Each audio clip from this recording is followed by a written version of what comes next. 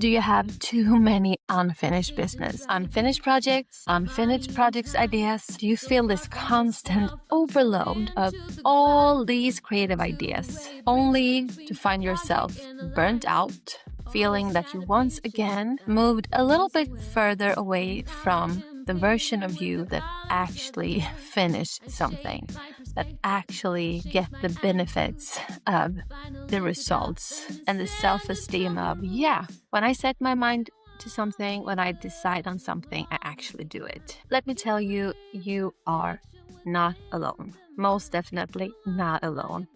I know exactly what it feels like. But you don't lack action power. You don't lack the ability to finishing projects. You just need some more structure.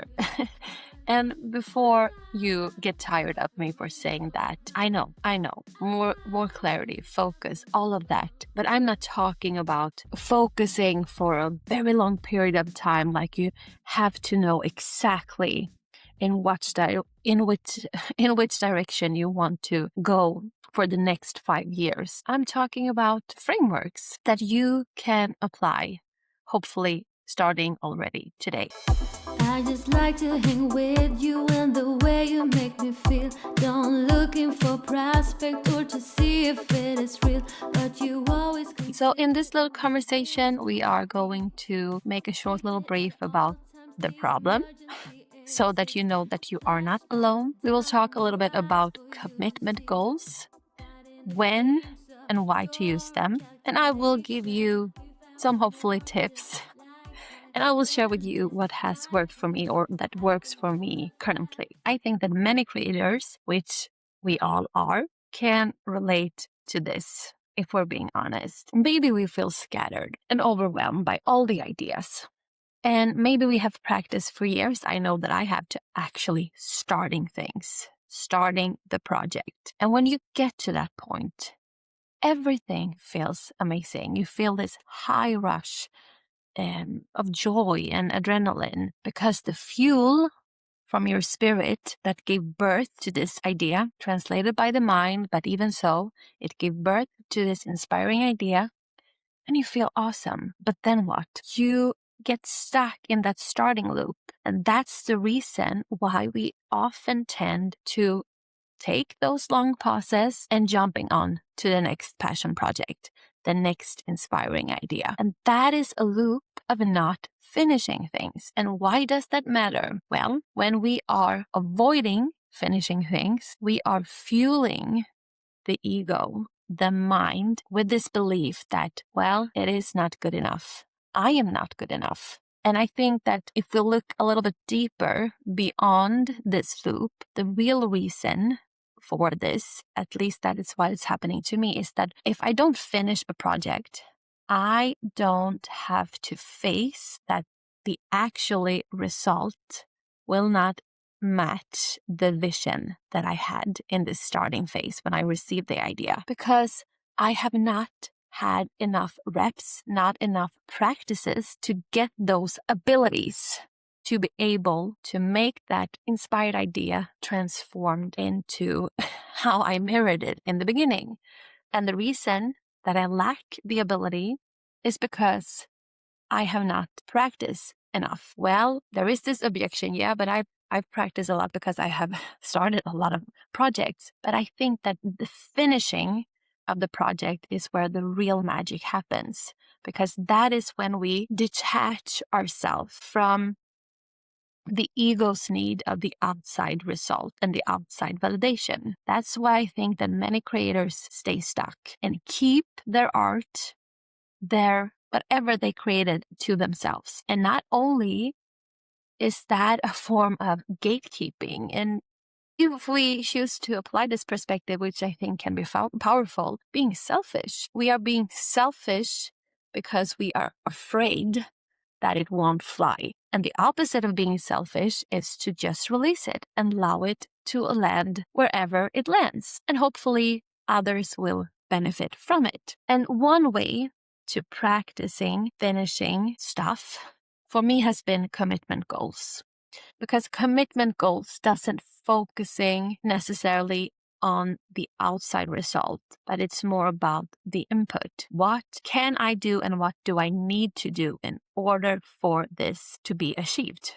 And when I started this channel, Limitless Creator Spirit, which I'm thinking about renaming to Limitless Creator Show, my commitment goal was 52 videos in one entire year. And I think I am up to maybe, I'm just guessing now, maybe between 30 to 40 videos. And now I'm talking about long form videos, not short form. And the whole idea with the 52 videos was maybe obviously but one video per week. But sometimes when I felt very super excited, I posted like 3 times per week. Therefore, the amount of videos already published. But the videos does not reveal how I actually lost the connection with the commitment goal, because I have not been posting weekly on this channel for several reasons. Unconsciously, I was overwhelmed, so I actually listened to my body that I needed a pause. And that unconscious pause led me to a more conscious decision to use that space, that time where I was not publishing, because I have been creating, but I have just not been releasing it into the world. I've been selfish. I understood that I had the framework of the commitment goal, but I was so scattered and abstracted by all my different ideas. And I felt like the commitment goal that was meant to serve me to keep going a little bit became like another must. And for me, in a way, the whole purpose of creating and sharing online is about the inner alignment, is about designing my life and hopefully inspire others to do the same.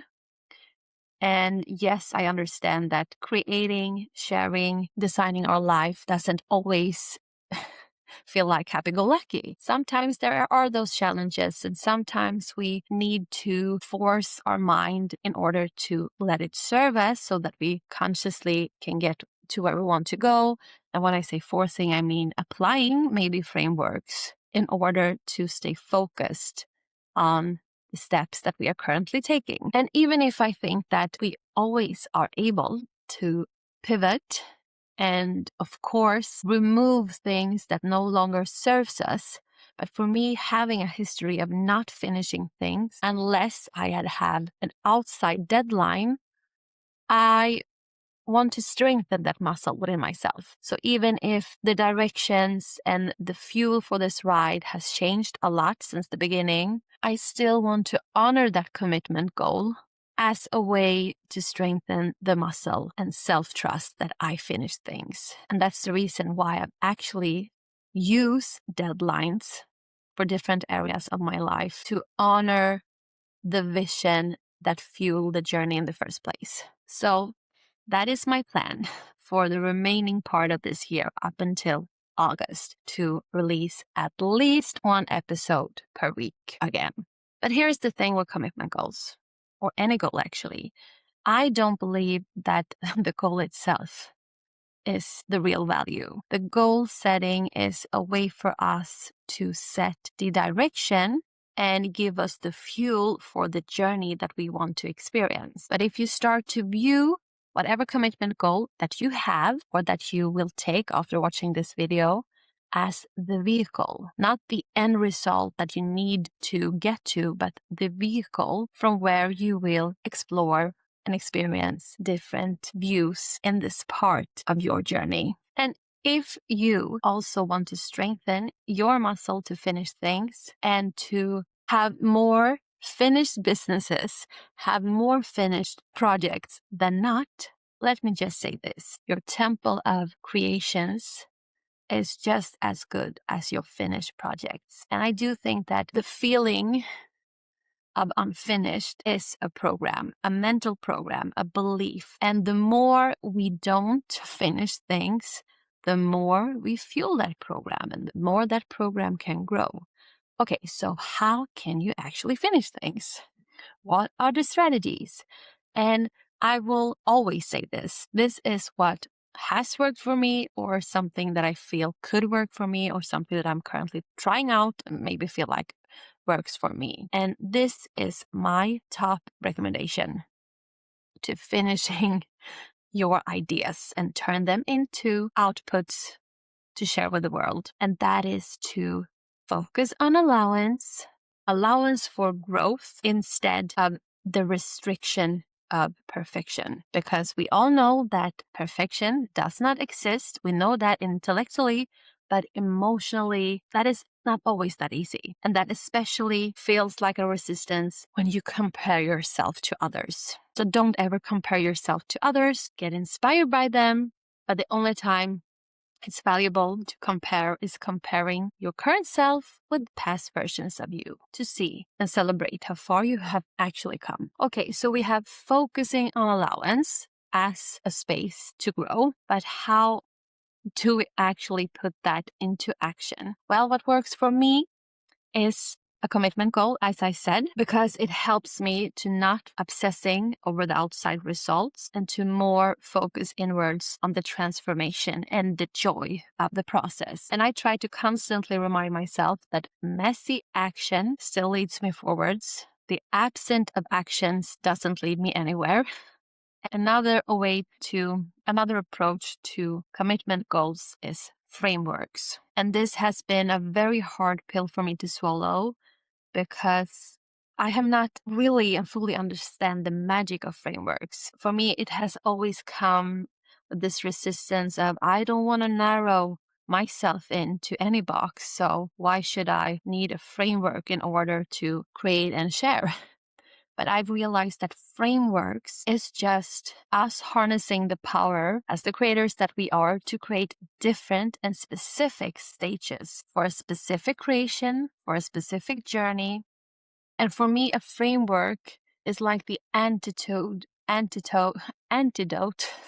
is like an antidote to all the different tips and strategies out there that I think probably are awesome, and I know that they are meant to serve, but I'm just overwhelmed. I remember starting this YouTube channel and there were all these different tips about YouTube growth and modeling other people's videos, modeling other people's thumbnails and titles. And I feel like, oh, yeah, that is probably good, but it doesn't feel aligned with me. And also, it didn't narrow my framework. It just expanded it. So the possibilities were endless. And well, yeah, we all love creative freedom, but if you don't have any frames to color within, how can you connect all the different splatters of color?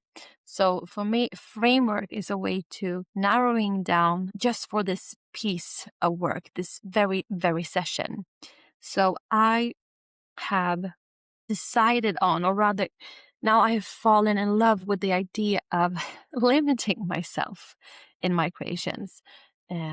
Because first of all, I know I am not what I create. My worth is not my work. I am infinite and so are you. But what we create and share has its frame.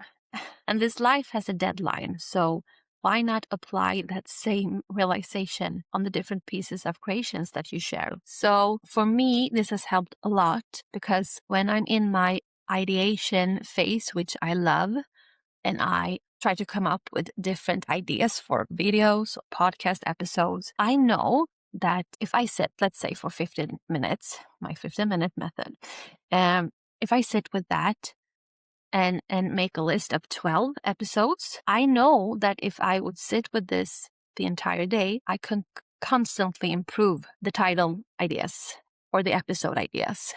But that will not lead me anywhere. I'm still stuck in the ideation phase. I'm not transforming the ideas by taking action on them. So the framework is to use the concept of time and say like, okay, this is like the 12 episodes and these will be the names. And no, they are not perfect because perfect doesn't exist. And yes, I know that I could make a whole lot of better titles or episode ideas, but this is the frame I set to actually put it into action. So that is what I will go with. So frameworks as a creative way to play. Are you playing hide and seek today or are you playing house? Simple as that. It doesn't mean that you have to play hide and seek for the rest of the entire year, but for this specific play, this is the stage and these are the rules to be able to enjoy this game. And then, of course, once again, applying the concept of time because I need a deadline. When should this be finished?